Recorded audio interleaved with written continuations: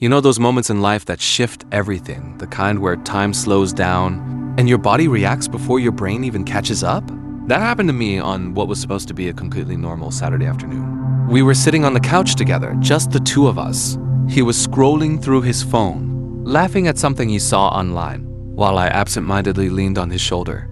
It was peaceful, ordinary, until his phone buzzed with a notification, and out of the corner of my eye, I saw the icon. It wasn't a message from a friend or some meme page. It was a notification from a dating app. At first, I genuinely thought I'd imagined it. Maybe it was an ad, or maybe it was one of those apps that somehow looks like something else. But then another one popped up, a different dating app PP, clear as day, right there in front of me. I didn't say anything in that moment. I didn't react, but my heart did. It started beating faster, like it knew something I wasn't ready to admit. I sat there in silence, forcing a smile, nodding at whatever video he was showing me, all while my mind was spinning. Why would he have dating apps on his phone? Was he cheating? Was I overthinking? That single moment, that single icon, unraveled everything I thought was secure. And from that point on, I knew nothing was going to feel the same. When we first met, things felt effortless. It wasn't some whirlwind romance or grand movie scene. It was simple. He made me laugh. He listened. He remembered the small things, like how I took my coffee, or the way I always needed a moment of quiet in the mornings before starting my day. It felt like we just fit. We met through mutual friends, started talking slowly, and before I knew it, we were spending most weekends together. He introduced me to his family after a few months. We cooked together, binge-watched shows, and even talked about future plans. The kind of conversations that make you feel secure, safe. I wouldn't say our relationship was perfect. No relationship is. But it was real, or at least it felt that way. There weren't signs of distance, at least not obvious ones. He still texted me good morning, still kissed my forehead before work, still told me he loved me without needing a reason. That's what made what I saw on his phone so confusing. I started wondering if I missed something. Had he been acting different? Had he grown distant and I just brushed it off as stress or tiredness?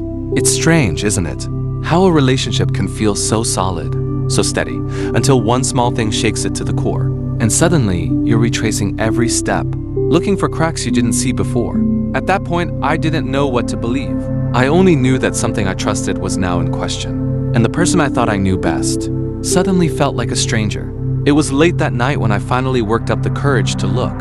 He had fallen asleep beside me, his breathing steady, peaceful. While I laid there staring at the ceiling, my thoughts racing. That image of the dating app icon flashing on his screen just wouldn't leave my mind. I didn't want to be that person, the one who goes through someone's phone. I believed in trust. I believed in giving people the benefit of the doubt. But the silence in the room was too loud. The questions too heavy. So, with shaking hands and a heart I could barely feel beating in my chest, I picked up his phone from the nightstand. I didn't have to search long. There they were, 2 dating apps. Not just downloaded, but recently active. Messages, matches, even new profile pictures I'd never seen before. Each swipe, each message felt like a quiet punch to the gut. I don't think I cried right away. I think I was too shocked to feel anything but stillness. My first thought wasn't even anger, it was confusion. Why? Were we not enough? Was he bored? Was I just too comfortable to be exciting anymore? It's strange how betrayal doesn't always come with fireworks. Sometimes it just lands softly, and all you can do is sit in the weight of it. I put the phone down exactly where I found it. I laid back down next to him, numb, unsure of what to do next. Part of me wanted to shake him awake and scream, but the deeper part of me just wanted answers. And a reason to believe this wasn't what it looked like. The next morning felt different. He was there, making coffee like usual, humming quietly to himself like nothing had changed. And that's what made it worse. Because for me, everything had changed. I watched him pour my cup just the way I liked it. And all I could think was, how long have you been doing this? How long have you been smiling at me? With those same hands that swiped through strangers behind my back? I didn't say anything right away. I just observed him. I noticed things I used to find comforting now felt hollow. The way he touched my shoulder, the quick kiss on my cheek, it all felt rehearsed. And inside I felt this quiet ache. Not rage, not bitterness, just a deep, aching sadness. Because I truly loved him. I trusted him. I never imagined I'd be sitting across the kitchen table, smiling through tears he didn't know he'd caused. I started questioning myself too. Was I too much? Or not enough? Did I miss a sign? Was I naive? But what hit the hardest was the loneliness. I was sitting next to the person I loved most, and yet I had never felt more alone. That's what betrayal does. It doesn't just break your trust, it breaks the version of yourself that felt safe, seen, and wanted. I felt small, and that quiet voice in my chest, the one we so often ignore, kept whispering, "You don't deserve this. This isn't to love, not the kind you promised each other." It wasn't about the apps anymore. It was about what they represented. A version of our relationship that only I had been living in. That evening, I couldn't keep it in any longer. We were sitting in the living room, him scrolling through his phone again, me pretending to be okay. But I wasn't, not even close.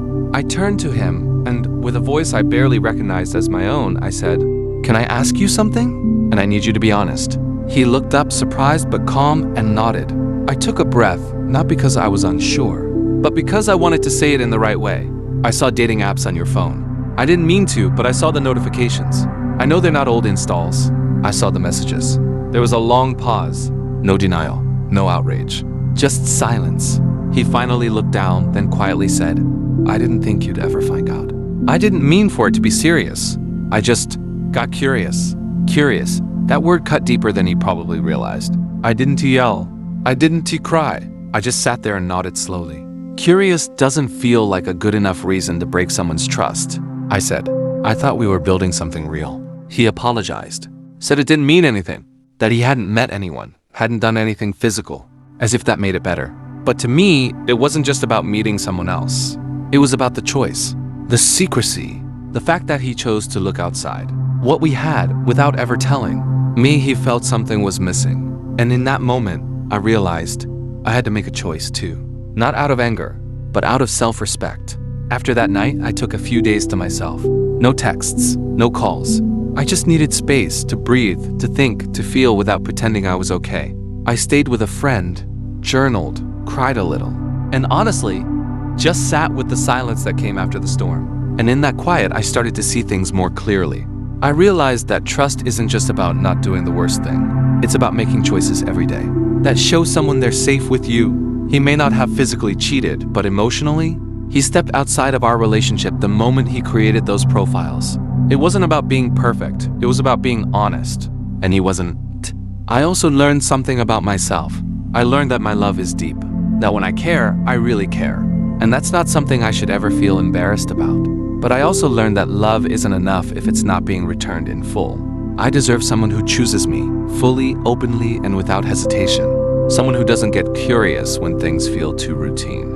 Someone who talks to me when they're feeling distant instead of seeking out validation from strangers behind a screen. And most importantly, I learned that walking away isn't a sign of weakness. It's a sign of strength, because sometimes choosing yourself is the bravest thing you can do. So, was I wrong for confronting him? For walking away from someone I loved after discovering something like that? I still ask myself that sometimes, not because I doubt my decision, but because heartbreak makes you revisit everything. Every smile, every plan, every I love you. You wonder if it was ever real, or if you were just the only one who believed in it fully. But at the end of the day, I go back to this. I showed up with love, loyalty, and trust. I gave my heart honestly and fully. And when I saw something that hurt me, I spoke up not to punish him, but to protect myself. That's not something I'm ashamed of. That's something I'm proud of. And maybe you've been there too. Maybe you've had to confront someone you loved. Maybe you've sat in that silence, wondering whether to stay or go. If so, I see you. I really do. These stories, as personal as they are, remind us that we're not alone, that trust matters, that healing takes time, and that choosing your peace over someone else's comfort is not selfish, it's necessary. So I'd love to hear from you. What would you have done in my place? Would you have confronted them, stayed and tried to rebuild, or walked away like I did? Let's talk about it in the comments. Just remember, this is a space for empathy, not judgment. And if you're someone healing from a similar experience, please know, your heart will feel whole again. It really will. Thanks for listening.